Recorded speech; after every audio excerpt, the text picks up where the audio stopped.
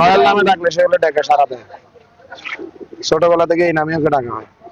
আশা করি রাঙ্গামাটি জেলার বড় গরু এটা। এটার ওয়েট হলো আপনার 625 কেজি আছে। এটা গতকালকে রাঙ্গামাটিতে পাঠাইছি। এটা ক্রেতার মতো এখনো কোনো লোক আসে নাই। যে দাম বলে সেই দামে আমার বিক্রি করার মতো সম্ভব হচ্ছে না। সেই জন্য এই গরুটা এখনো আছে। যদি কেউ নিতে চায় এখানে এসে রাঙ্গামাটি পল্টনে যোগাযোগ করলে আমার সাথে ইনশাআল্লাহ দিতে পারবো। দাম যে দাম বলে সেই দাম পোষাচ্ছে না। আমাদের যে খরচ রয়্যাল নাম বললে রয়্যাল বলে ডাকলে দিন দিনে এটা যে রয়্যাল বলে ডাকলে এদিকে আসবে। খাদ্যের সাথে আমার বিক্রয়ের সাথে পোষাইতেছিল।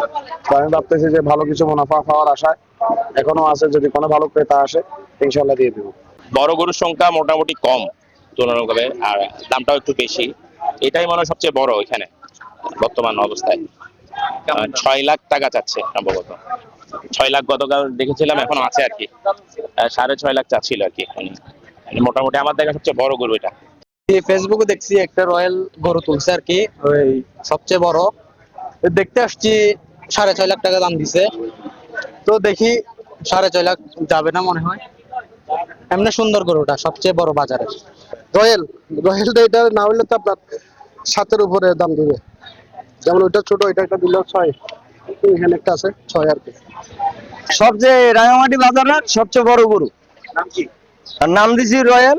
মনে করেন যে ছোটবেলার থেকেই পালিত করছি, পালিত করার পরে মনে করেন রাঙামাটি নিয়ে আসছি। আমার এলাকায় বনে নাই দামে, সেজন্য আমার নিজ পালিত গরু, এজন্য আমি নিজেই নিয়ে আসছি।